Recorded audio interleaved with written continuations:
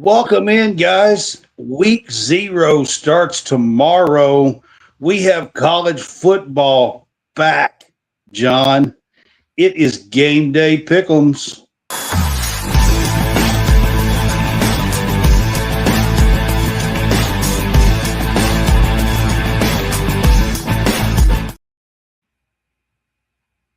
Welcome back, guys. It is game day pick'ems with College SportsCast.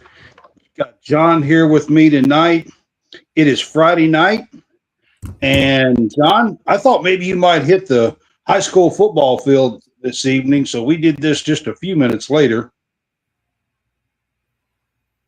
No, it was an away game tonight, so I kind of just stayed at home tonight. So, all right. Well, occasionally these shows might be 15 to 30 minutes later than normal on Friday nights or something.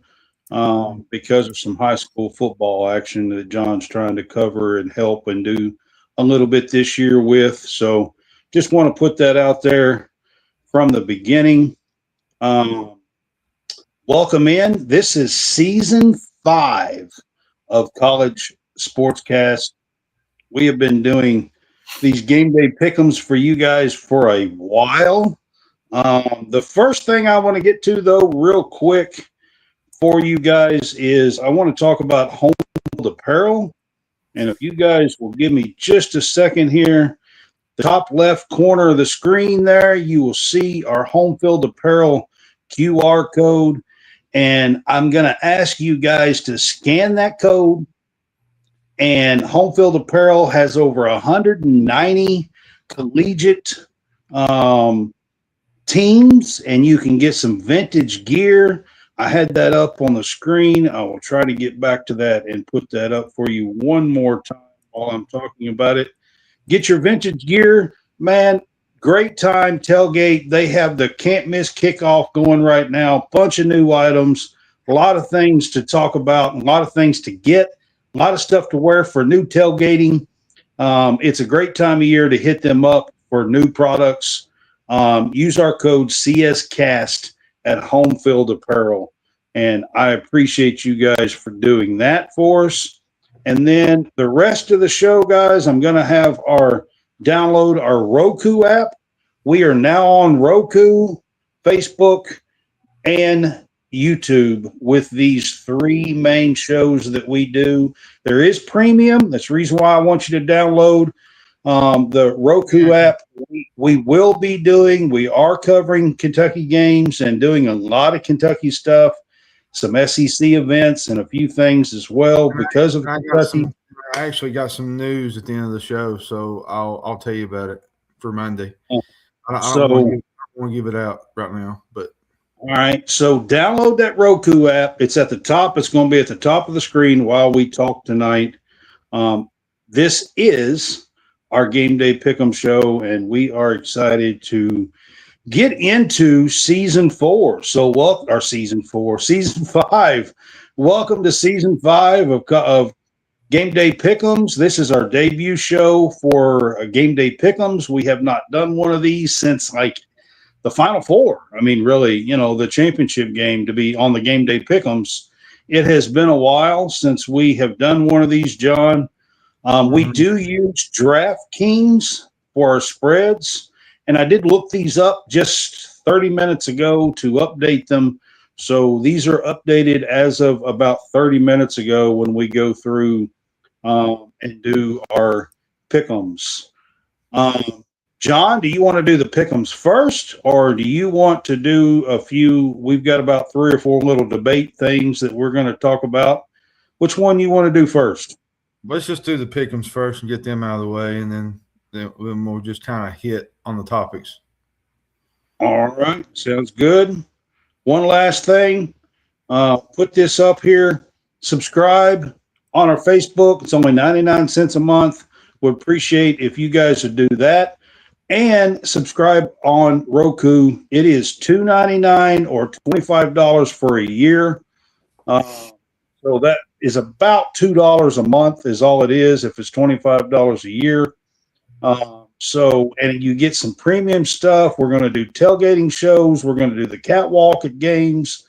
we're going to do some really cool stuff. And we have Martavius Nellums, the former defensive back, that's going to join us. So a lot of cool stuff. You done just throwing out the surprise. That's what I was going to say at the end of the show. Well, you can talk a little bit about Monday for that. Yeah. But I'm just trying to give a little bit of stuff out so people know that we got some big things coming down the pipe this year. So, all right, we're going to get into our pick'ems, and tomorrow starts the college football season. D1 season starts, and the first game tomorrow, John, is that game in Dublin, Ireland, and North Carolina takes on TCU. TCU is an 8.5-point favorite in Dublin, Ireland tomorrow. This is an important game, I feel like, for both teams. Yeah, but I also think it's a bigger game for Bill Belichick. You know, he went 4-8 last year. It was obviously disappointing. I feel like another poor start to me would kind of create a lot of questions about whether UNC can go forward under this new regime.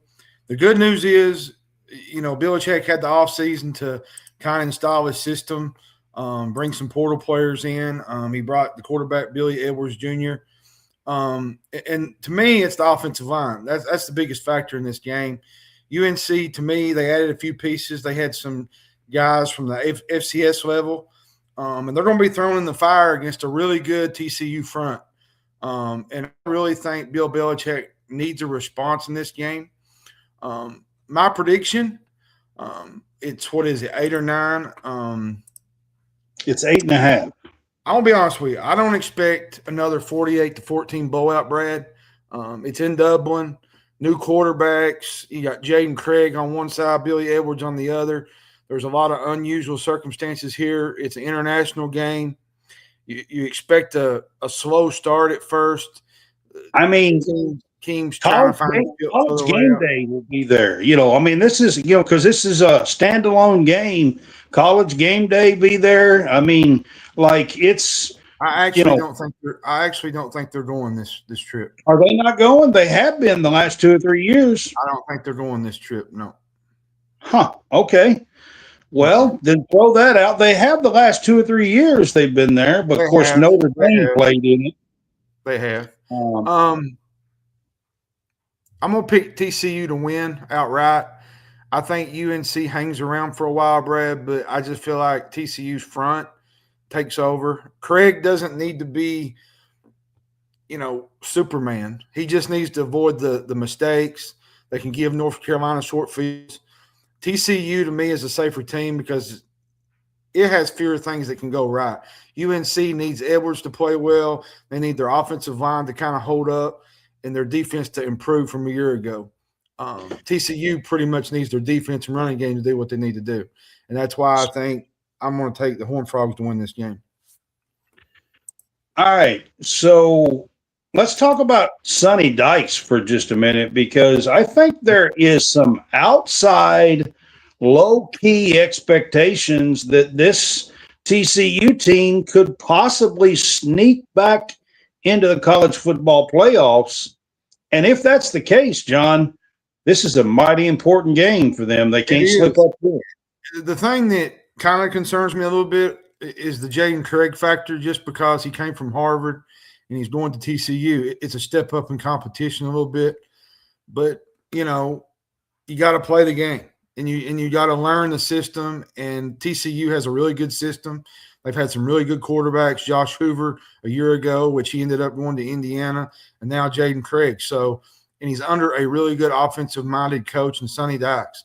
And I like where this team stands, and I just think they take care of business tomorrow, and I think they beat North Carolina. Well, man, I think TCU wins this game. The spread 8.5. Let's talk about it for just a minute. It has went up throughout this week. Early in the week, it was like 6.5 or 7. It's now sitting at 8.5. The spread has went up. There was also some news that Stephen Belichick, which is Bill's son and defensive coordinator, has not made the trip to Dublin. he will not be there, and he's the defensive coordinator. Of course, I'm sure Bill can probably handle it, but It's I not think he's great. got First some. game. I think Not a he's great. got some. I think he's got some health issues or something going on. He did not make the trip. He will not be there. According to what is being put out there, that's going to be part of it. So I think that's part of the reason why the spread has went up. To be honest with you, from 6.5, 7 to 8.5. That's kind of what I was getting at with that. I'm going to take the Horned Frogs to cover the spread here at 8.5 in this game. All right, John. The next game we're going to get to, and this is a pretty big one. Two ACC teams here. Yep. This game was actually scheduled to be in Brazil. For whatever reason, it got moved. It is now at Virginia. This game is NC State takes on the Cavaliers, and the Cavaliers are a 4-point favorite at home. This is one of the most interesting games of week 0. To me, CJ Bailey is the biggest advantage in this game. He returns after I think he had over 3,000 yards last year, 30 touchdowns. He's established, especially against a Virginia team that's kind of replacing their starting quarterback. The Wolfpack finished, I think, with wins over Florida State, North Carolina, and they beat Memphis in the Gasparilla Bowl. There's another factor I really like. NC State has dominated this series recently. They've won 6 of the last 7 meetings, including a 35-31 victory last year. The thing about this game is Virginia has the home field and they have the offensive line experience. Virginia also has a veteran offensive line that could be really critical against a NC State defense that's going under some changes right now. The big question to me is Bo Pribula. Virginia brought him in from Missouri. If Pribula can make enough plays, I think, with legs, I think Virginia has a really good chance to win this game. I mean, being at home certainly is going to help. It is. It is. My prediction, the line has kind of moved around this whole week. It's went from 3 points to 4.5, 6.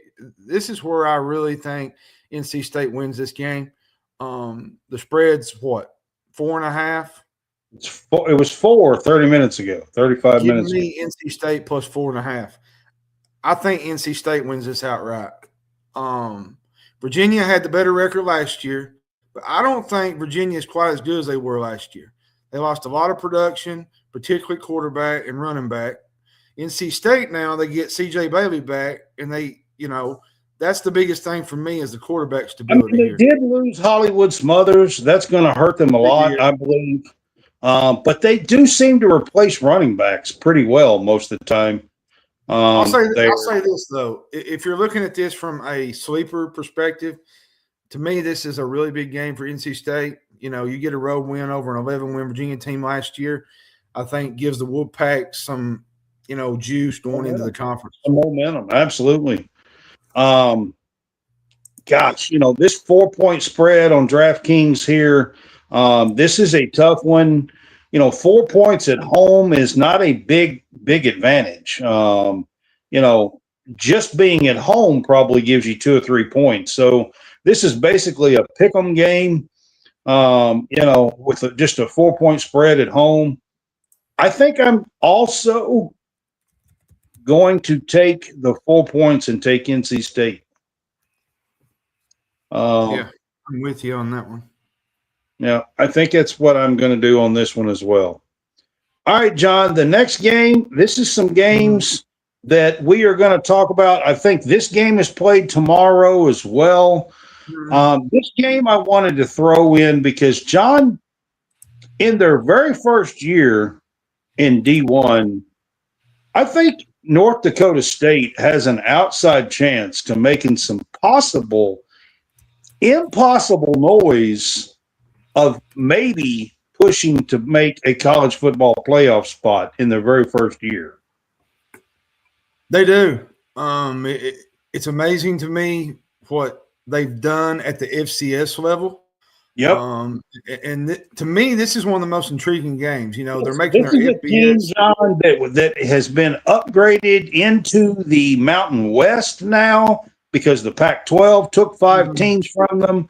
This is a team that is upgraded to the Mountain West. This is going to be their very first year in the FBS level. And Jacksonville State has been no slouch the last few years either. And they are at North Dakota State here, and it's a 6.5-point favorite for the Bison. The Fargo Dome is a big advantage. This is the type of game you want for your FBS debut. They're at home. They've won, I think, 27 consecutive home openers. The environment's going to be alive. They've been playing big games in that building for many, many years. The Bison went 12-1 last year and have won double-digit games in 14 seasons outside of the COVID year. That's impressive. Now that's and a big difference. Titles up in there too. There's a big difference though between being, FBS and then playing at this level. So it's a little bit different. And Jacksonville State, they're another one. They're not just a normal Group of 5 opponent. They've won 9 games in 4 consecutive years. 2 straight Conference USA championships. Yep. I'll be honest with you. Losing Cam Cook really hurt them. He went to West Virginia, their running back. He rushed for 1,659 yards last year. He led all of FBS in rushing yards. Replacing that was not going to be easy. I think that puts a lot of pressure on Caden Creel now. The game itself, a lot of these projections favor NDSU. They give them, I think, like a 60, 70% chance to win. But I think Jacksonville State's being underestimated here. I think this is going to be a really close game. NDSU will run the ball effectively. The Fargo Dome's going to be really big. But I think Jacksonville State has a more proven quarterback with more FBS experience, and they got an offense that can kind of create problems. The biggest question is whether North Dakota State can score enough after losing some of their star people in the, offense, quarterback. I don't think they can. And I think Jacksonville State spoils this FBS debut. Okay. I mean, that could happen, but I'm telling you, man, they don't lose very many games at home. That crowd's going to be – They do not. They do not. That crowd's going to be rowdy and rambunctious. They're first FBS game. I'm going to take the Bison at home. I know that this is their first game and might have a slip up, but something tells me at home in the opener, they're going to find a way to win this one and cover the 6.5. John, I threw this one in on you. This is one me and you kind of debated. Hawaii is at Stanford. I threw this in because Hawaii is another team that has moved to the Mountain West. Yep. And John, they have, Tommy Chang, and they have a new coach. The offense should be a lot better. Stanford, of course, Andrew Luck is trying to get his guys, his coach, his guys back in there to kind of turn this program around from what they were. They are now in the ACC. Mm-hmm. They're 4-point favorite, and the Rainbows come to town. Who do you like in this? I actually like Hawaii. They get Micah Alejado back. He was named preseason Mountain West Player of the Year. Really good quarterback. Hawaii also finished 9-4 last year. They beat Cal in the Hawaii Bowl. This isn't your same Rainbow program that struggled. Timmy Chang has this thing going upward. I'm going to be honest with you, Brad. I'm going to take Hawaii in this game, and I tell you why. I just don't think Stanford's fixed their secondary enough. Hawaii also has something that Stanford doesn't. They got a proven quarterback. They brought in Davis Warren, 6-year quarterback out of Michigan. He's very experienced under center, but I really like Alejado. I think his experience is a little bit more bigger than Warren, because Warren's had to kind of be in and out, backup roles, and I think it kind of favors Hawaii in this game, and I like Hawaii on this one. I think they win that spread. I think I am going to take the road game here with you. DraftKings has it as at -4, so that means you can Rainbow Warriors and 4 points. I'll be honest with you. Hawaii, to me, is one of the more interesting cases of these group of 6 teams. You get a road win over Stanford. They have an outside chance, John, of making a little bit of noise in this Mountain West. They do. The biggest question to me is whether Hawaii's new receivers can replace the production that they left. But if you got a good quarterback, you can do anything. So we'll find out tomorrow night. Yeah, it's going to be a fun one. All right, these games are a little bit later in the week, but they are before these games go through next Friday. They're still considered week 0 games. So the next one that we're going to talk about, John, I believe that this is a big game in the group of 6 for the chase for a playoff spot. To be honest with you, you got Memphis out of the American Athletic, and then you've got UNLV that stayed in the Mountain West, and Dan Mullen's out there. Mm-hmm. They returned quite a bit. The Running Rebs are 4.5-point favorite at home. I think UNLV wins this game, but I'm going to say this. Memphis is going to make this game very uncomfortable. Memphis, of course, is replacing a lot because Silverfield is at Arkansas. So let's remember that. I actually think Mullen's offensive creativity and Jackson Arnold's ability and their run game's a little bit much. Memphis might. He signed Jackson Arnold, out there. Yeah. Memphis might be the more interesting team by say, November, but asking a complete rebuild of their roster to go into Las Vegas and be the 10-win team and its opener is a pretty tough task. But I like this UNLV team. I actually like this Memphis team. I think this Memphis team's good. I love Charles Huff. I think he's a really good coach. Coach, I believe, at Marshall. He was a really good coach for Marshall.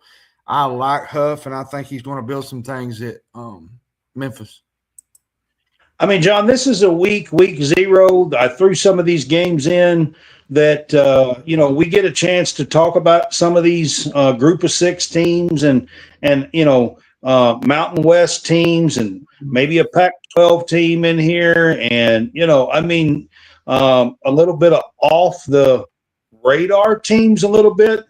Memphis is a team that has had a great run, of course, but when Silverfield left, quite a few of them went with him. They did, including their running back, Sutton Smith. Yeah.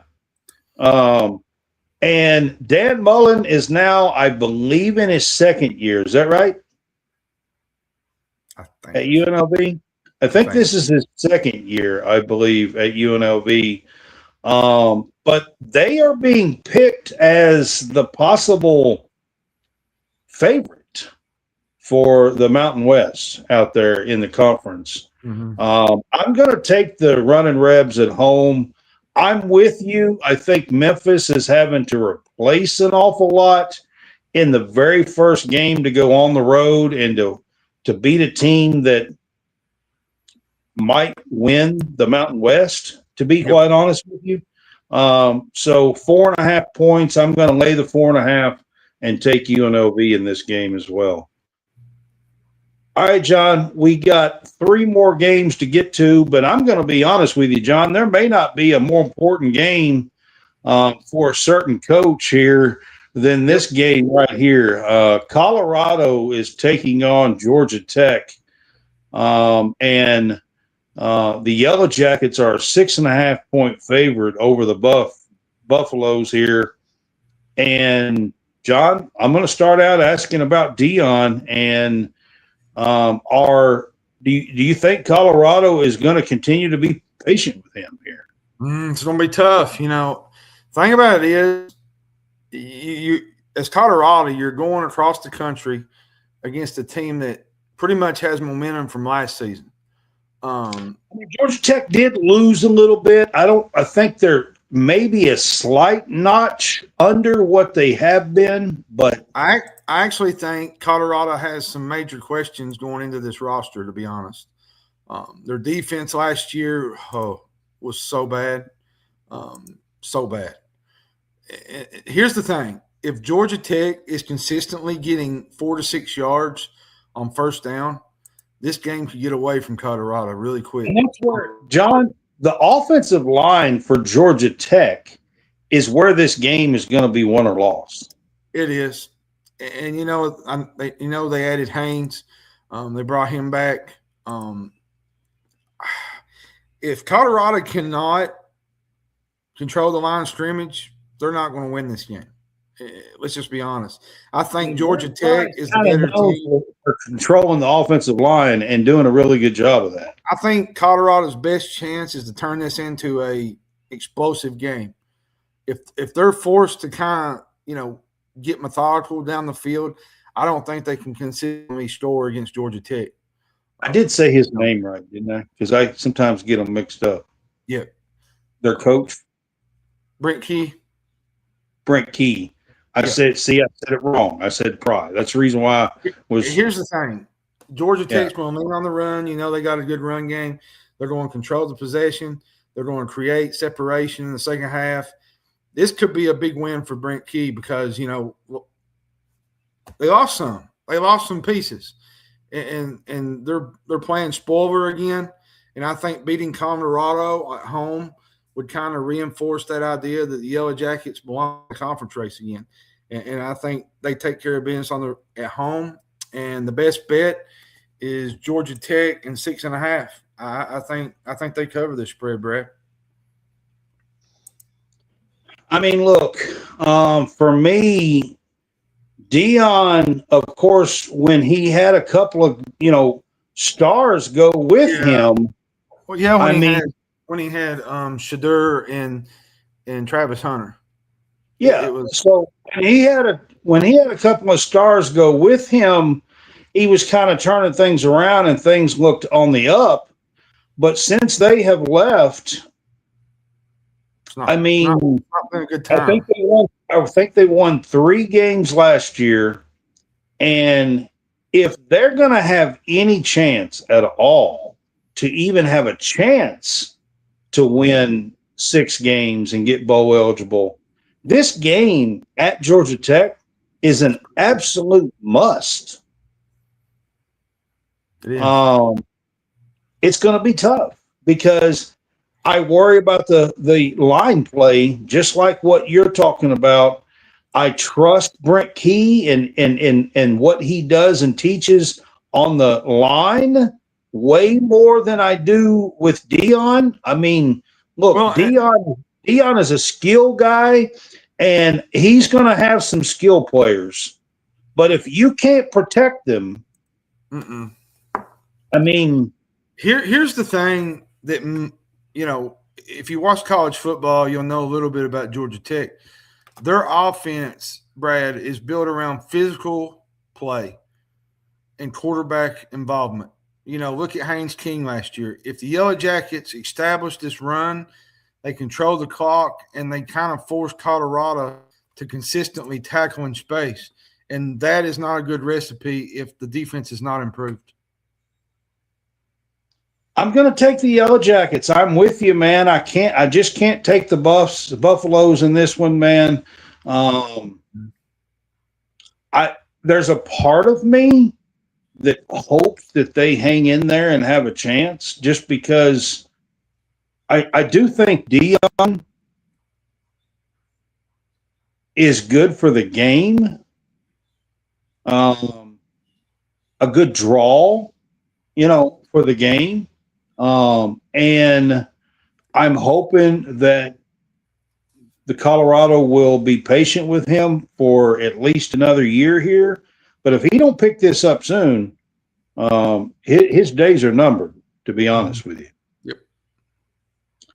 All right, John, we're going to get to a big one. For this week, you know, Miami is a top ranked team. They are a 24 and a half point favorite at Stanford, who, by the way, is playing twice in this week, to be honest with you, which is a little weird. Both of them are at home. They play Hawaii and then they play Miami. Of course, Miami's got all the expectations in the world. Stanford is just trying to establish anything to get anything kind of going.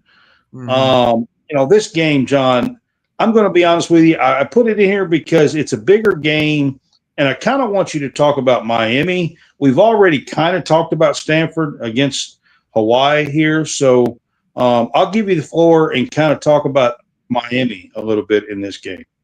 This is a mismatch on paper, but Stanford, like you said, gets Miami at home in the first ACC game of the year. Miami enters at number 7. Miami's defense, to be honest with you, they should control this game. Miami had one of the nation's best defenses last year. They're expected to be another one again this year, national title contender. Stanford, meanwhile, they got a lot of talent gaps to overcome in this game. If Miami gets consistent pressure, Stanford's going to struggle to put drives together. They have athletes, Malachi Tony, Darian Mensah is back. Mark Fletcher is back.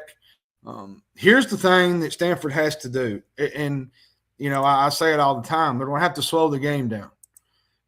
Stanford, to me, needs to run the football, shorten the possessions, keep their offense on the field. If Stanford can turn this game into a 60-minute battle, I feel like it has a chance. But Stanford has to have everything go right in this game. And I'm not going to pick them. It's just, it is what it is. Give me Miami in the 24.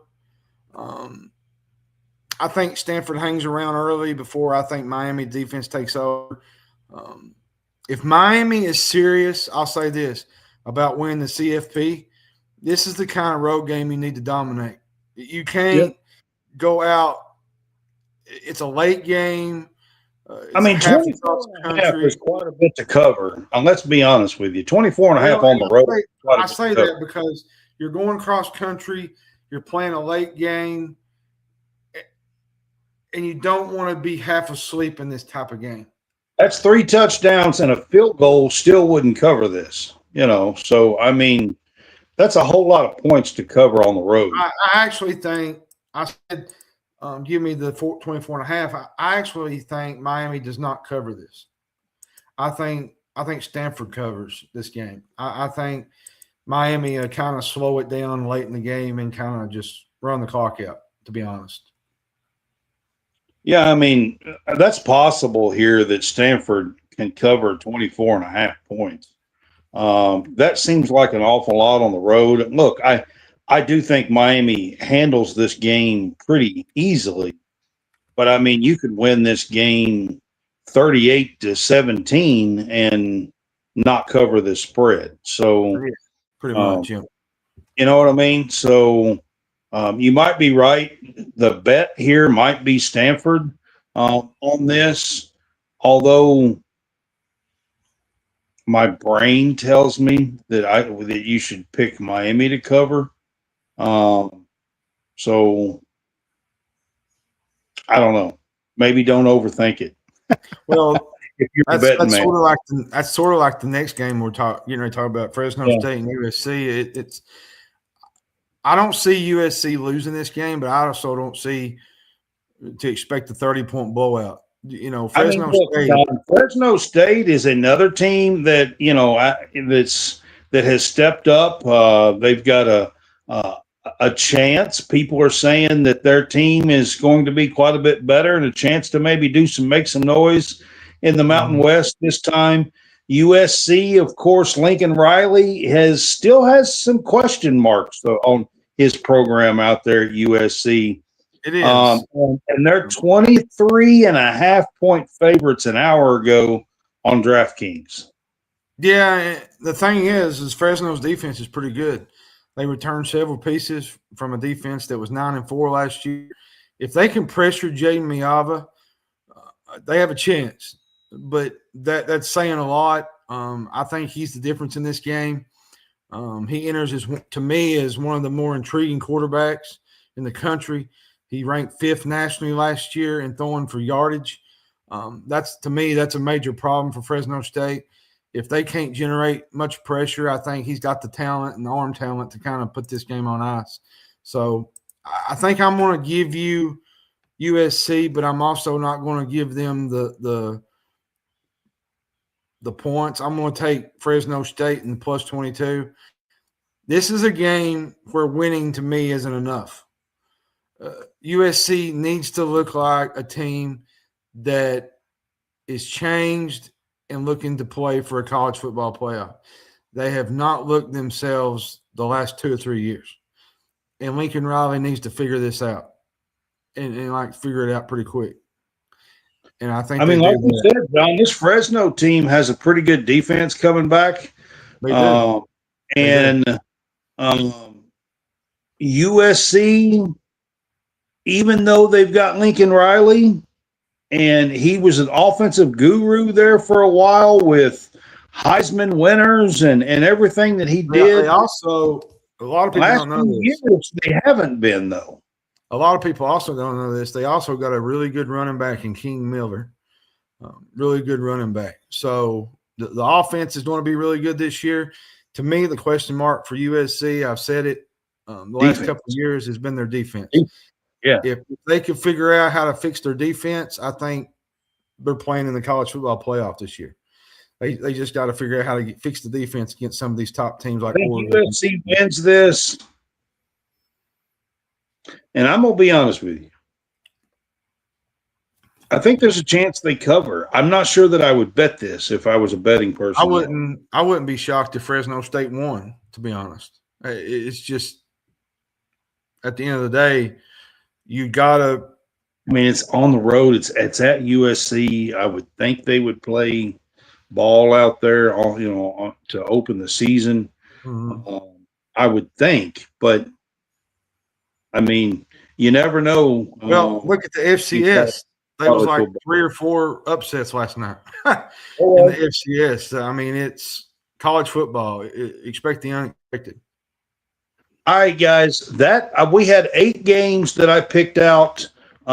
That concludes our game day pick'ems here for week 0.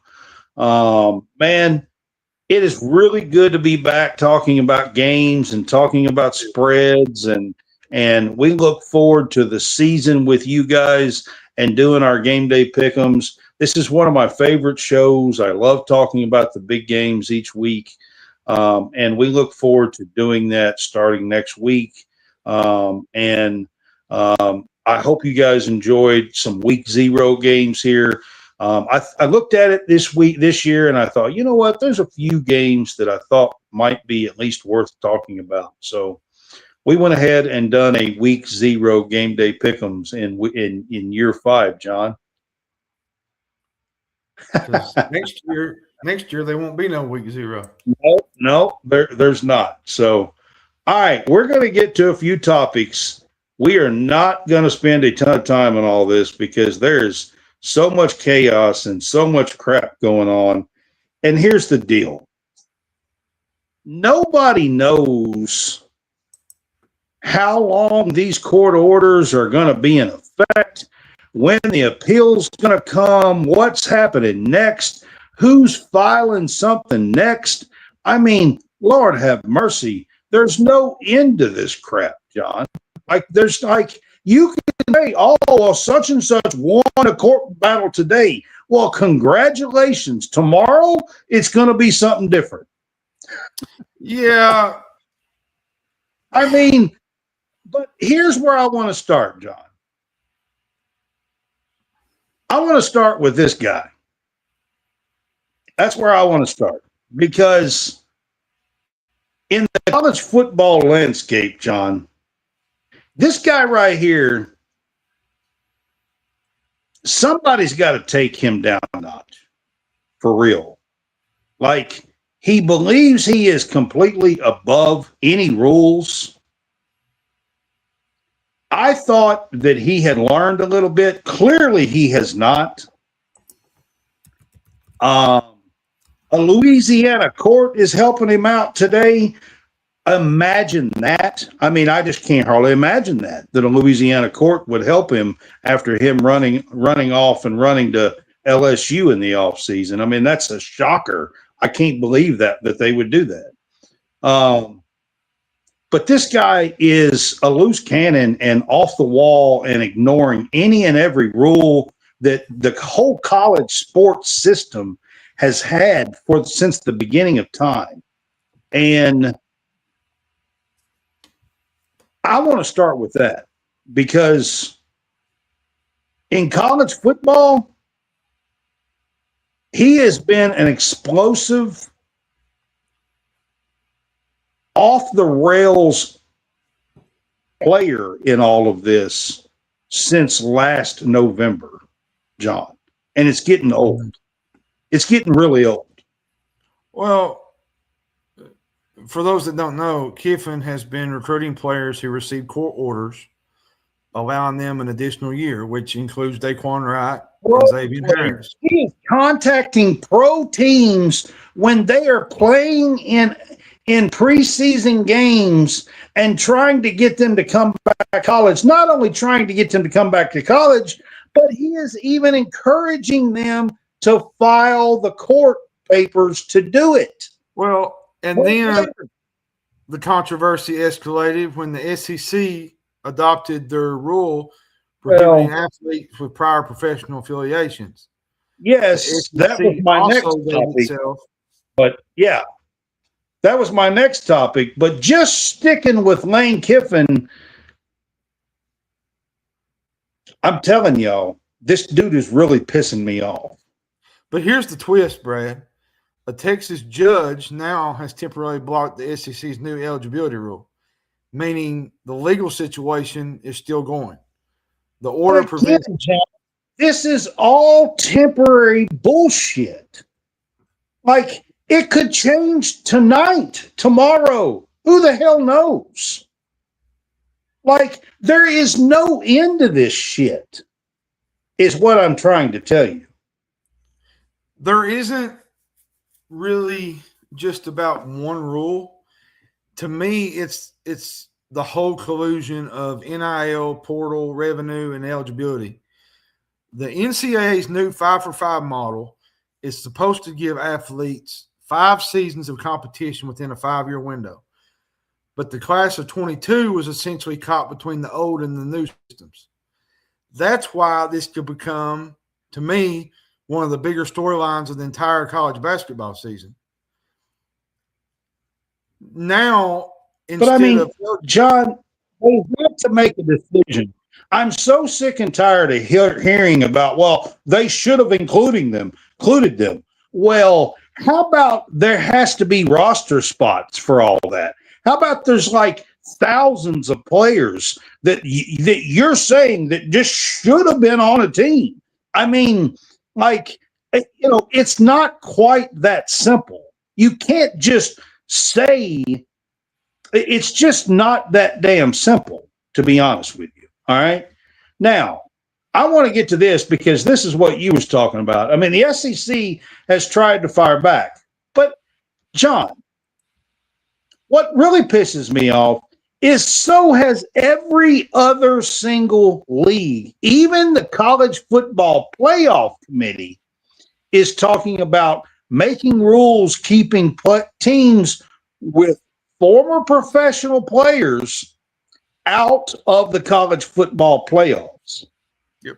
The Big Ten has made changes. The Mountain West made a statement and made these same basically pro players. And everybody's saying, well, they've made new rules. No, they didn't. They're just enhancing the NCAA's rules that have been in place since the beginning of damn time. Tell me, Mr. Louisiana court judge, give me one damn example ever that a pro player who was playing on a pro team in preseason or got drafted. Name me one time ever. Give me an example of why you're making this in court and making this example, making this supposed temporary law. Give me one damn example of it, because it's never happened. Well, and then you got the unique case, and we'll just fly right into it with the Mark Mitchell situation. Most don't know Kentucky secured, one of the top portal players in the country, and Mark Mitchell from Missouri. Despite Mitchell being cleared by a Kentucky judge to play via temporary restraining order, it's a lot more complicated. The SEC intra-conference rules state that an athlete can transfer within the conference within that transfer window. Within the first transfer window, right after the season. With Mitchell, it's always been the case. Since 2021, that's been the case. With me, and I'll say this from a Kentucky standpoint, they would be one of the top contenders to win the SEC. Let's be honest. Milan Momcilovic from Iowa State, but his future for playing isn't looking too good right now. John, this rule has been in place since 2021. Oh, by the way, Kentucky voted for this rule in 2021, by the way, just so y'all know. Along with every other team, this was voted on, it was agreed to, and signed on. Everybody. All right? Well, I don't see how in a court they would, when it's voted on, agreed to, signed, and agreed that they could receive punishment if they didn't follow the rules. How in court could somebody tell you that you can't enforce that? Well, legally, how in the hell could you possibly do that? Here's another angle to this. This is from the SEC angle. Mitchell's move from Missouri to Kentucky violates the SEC rule because he wasn't in that portal window. That's a huge issue because Mitchell had no reason to enter the portal in April. At that point, he had pretty much exhausted his eligibility and had no guarantee that a court would later. I understand that's the argument, but when you argue that, you also open the door that there was Cade Tyson, there was Denzel Aberdeen, there was other players who did it, and they were advised to do it. And now you got Kentucky and the SEC pretty much essentially headed for a legal battle in the court system, which is asinine. I mean, I'm going to be honest with you.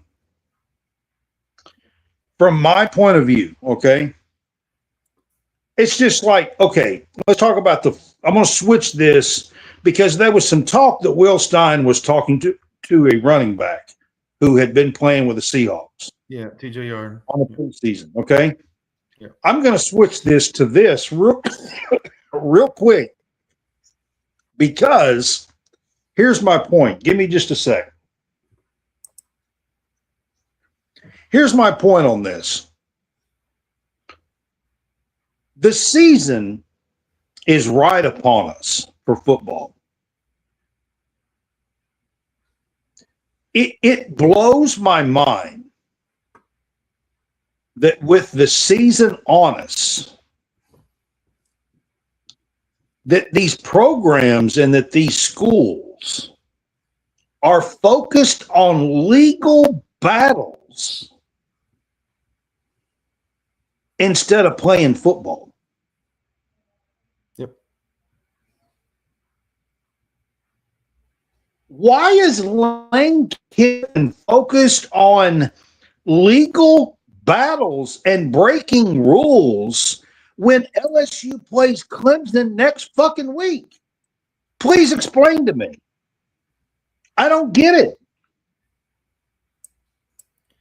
And you're talking about Kentucky is going to be, I mean, the basketball season, John, starts in 34 days. Madness does? Yep. Something like that. I mean, isn't there a few other things that probably should be a little bit more important to focus on? Yeah, I agree. I mean, And then you had worried about hiring lawyers and going to court and having to like spend money and focus on this and battle this. I mean, then you have the whole NBA side of things where Mitchell was in the summer league. However, Mitchell's situation. I have no idea. I don't know if any of that is true. I have no earthly idea how much of that is true or not true. According to sources and people that's in the know, he didn't sign an NBA contract or appear on our G League roster. And he verbally agreed to do it, but then backed out and didn't sign it. The way that I have heard. Now, I don't know. I'm not there. I ain't seen the paperwork. I have no idea if any of that's true or not. Not a clue. Here's what I want to say to everybody. Just shut up and go play ball. Like, my God. Like, what are we doing? Like, I just don't understand. I'm going to say this. Why is the mentality? Why do we all of a sudden in the last few years, why do we have this mentality that, oh my God, we got to hang on to this guy and that guy, and this guy shouldn't be available, and we got to fight for this guy, and this guy's been in the game for 7 years, and we got to fight for him, and he's got to try to bring him back, and we got to, like, where the shit did all of this shit come from is what I want to know. Like, do y'all remember the days when high school kids were going pro? I remember days, John, when high school kids were trying to fight to not ever even be in college. Now we got 25-year-olds fighting to come back to college. What in the hell is going on around here? I kind of agree. I kind of agree with what Coach Kublik said. He brought up a good point. Maybe you didn't do the things you did in college that made you go pro. Everybody's like, well, they can make money. Guess what they can do in pro ball? They can make money. Guess what they can do, guys? What the hell? But some are probably not going to, because some are going to be thrown on the practice. They can still go play in some league somewhere. I mean, hell, Derek Willis is still playing and making $1 million in a league overseas somewhere. I mean, come on. What the hell? It makes no sense to me.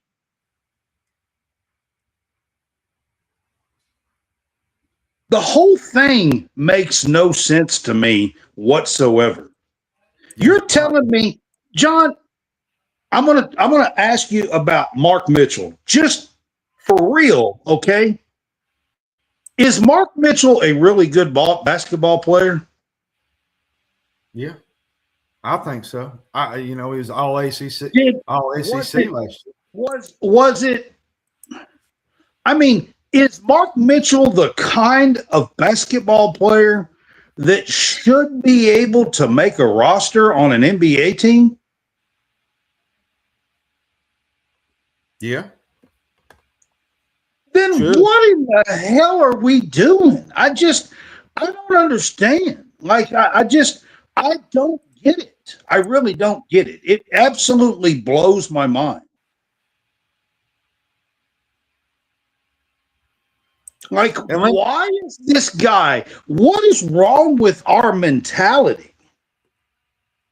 And I'm not talking just like, what is wrong with his mentality that he is backing out of a chance to go play pro ball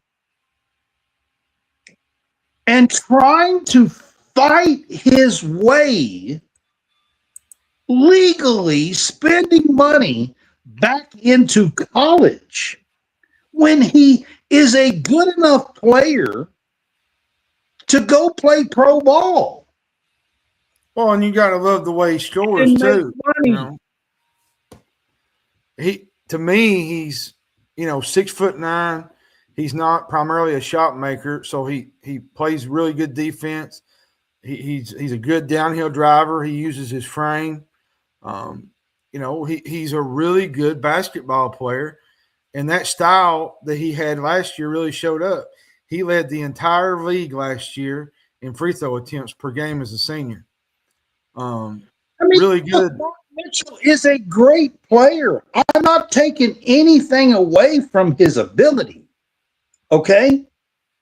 And if this would have been a year or two ago and he was wanting to transfer, I would be all for it. I just don't understand the mentality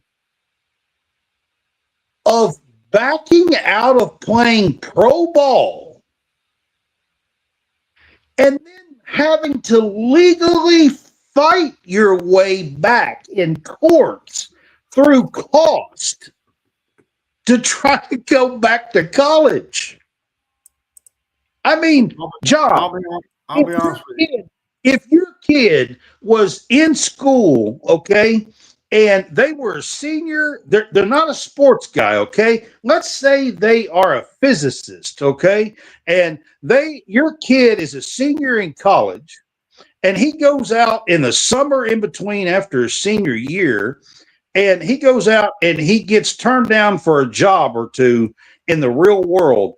Are you saying, well, son, you should fight your way legally. You should sign up and fight your way to get back in college? I just I just don't understand, man. Where are we at as a society? I think from a player's perspective, a lot of these kids love college and they like being, the big dog. Where's the mentality of all these kids wanting to go play pro ball and make it? Where the hell did that go? The difference in pro and college is a guy like Mark Mitchell in college is going to be the top. In pro, there's 3 or 4 guys in front of you that's going to be probably. He's got to work his way up. He would be a rookie, for God's sakes. That's the way it works. I know what you're saying. I get what you're saying, but to fans and whatnot in college, they're like rock stars, and they like that. They like that shine, and they like that mentality. It blows my mind. I just, as a society, man, we have lost our way. I think everybody's crazy. Like, I just lost their mind. I just don't get it. None of it. It makes no sense to me whatsoever. I mean, if I got a kid who is a great, I don't know, tennis player, okay, or a golfer, or something like that, a swimmer, a track athlete, I'm not having him to hang on or her to hang on. Oh, you got to fight to stay in college. No, hell no. Go be a pro. I want you to get on the tour. Go be a damn pro. If you're good, go be a damn pro.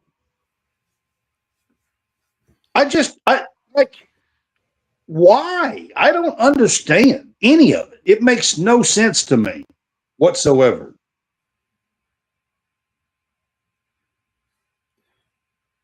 Josh said it. It was NIL. It's destroyed the game of basketball. Gosh, you make money in pro ball too.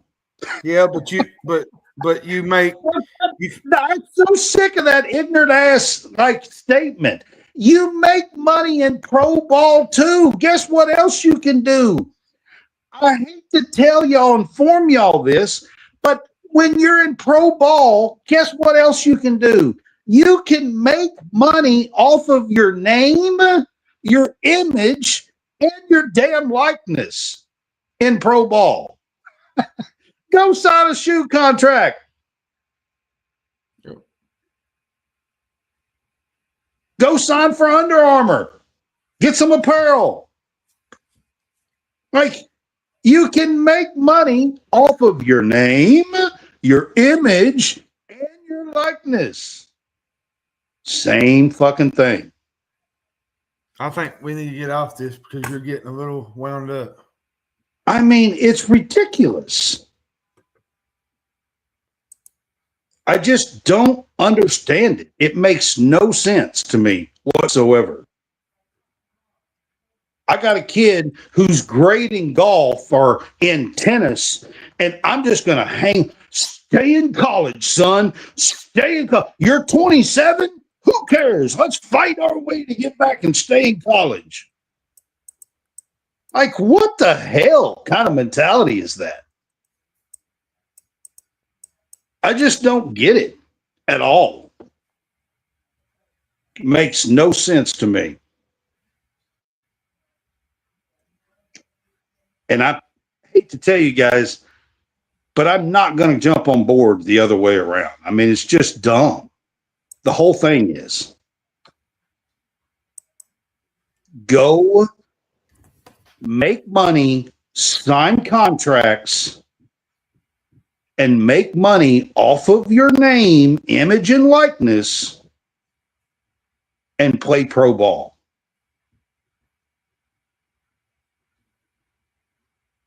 Go be an adult. Because that's what you should do.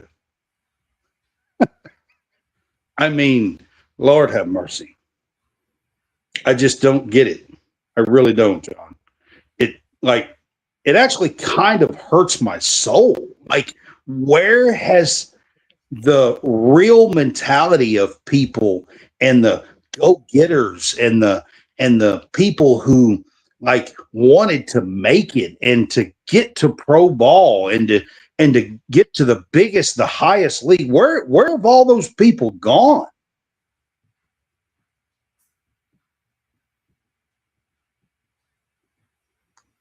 I don't get it at all. It's crazy to me. It's a mess. Yeah. All right, John. We are going to wrap this up. We've been a little bit over an hour, but we're going to wrap this up. Download our Roku app up there. This is a QR code for our Roku app. Check out Home Field Apparel. Use SportsCast as a code for Home Field Apparel. They have some really cool new gear right now. Oh, go ahead. And then we have a couple of things coming up. We're going to do our last preview show on this Sunday. We're going to do our Independence 5.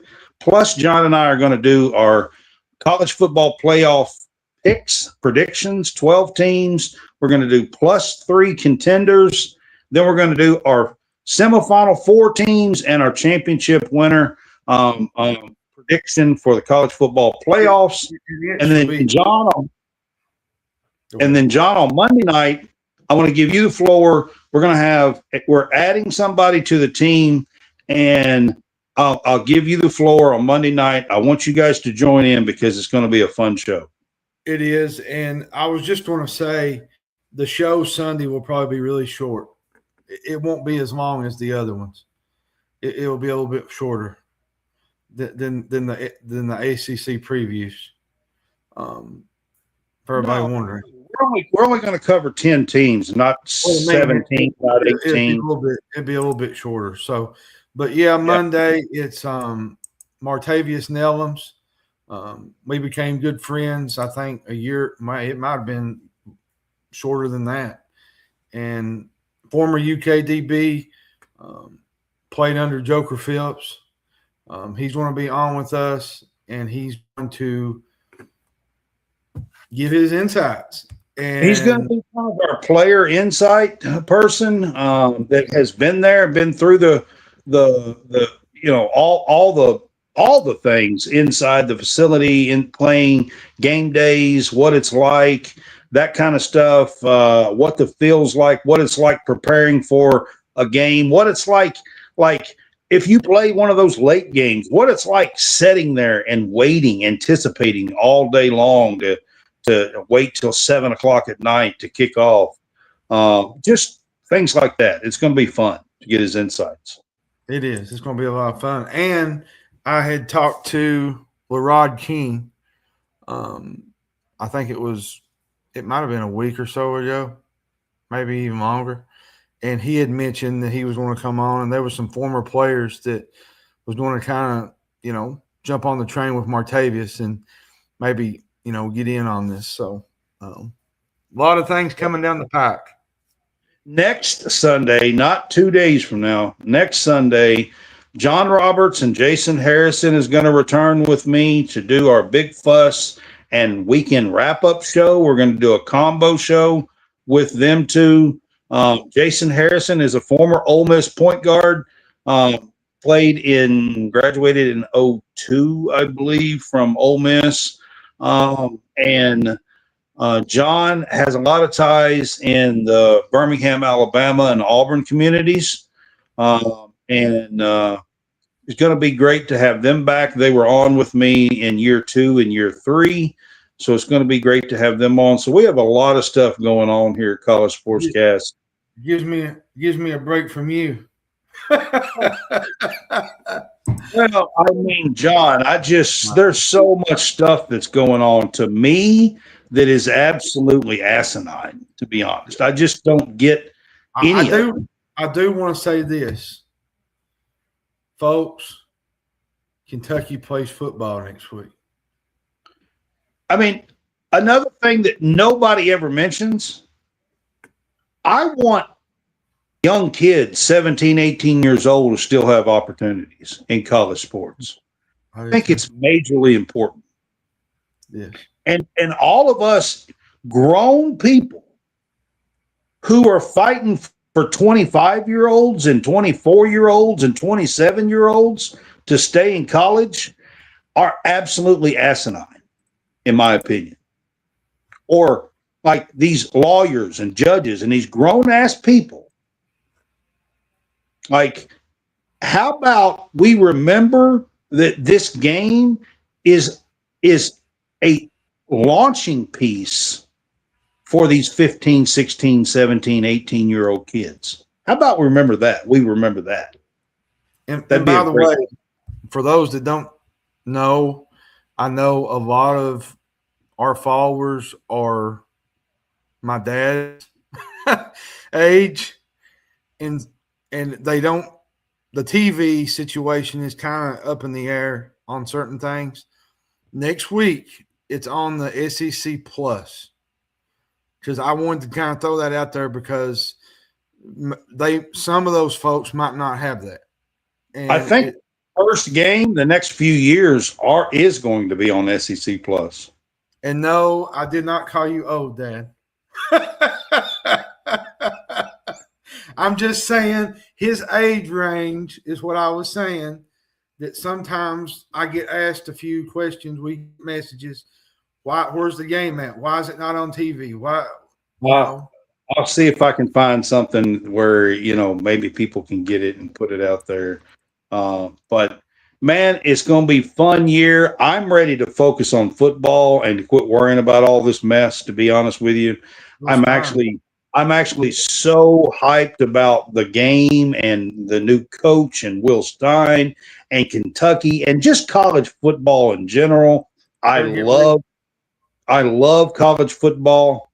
I'm actually kind of sad that the basketball is starting earlier. I wished it was back to the 16th or 18th, to be honest with you, because I'd like to have football a little bit longer, to be honest, just to focus on football.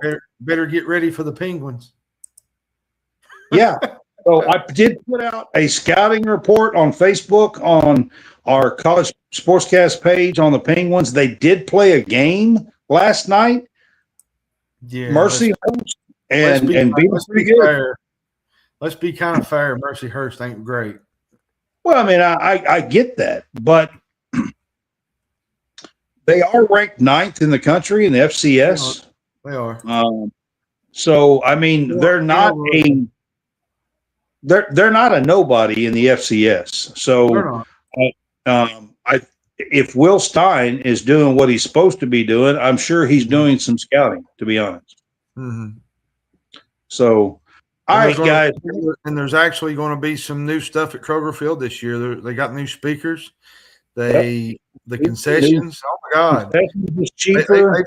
They've cut down a hot dog to $3. Yeah, John might get 6 of them.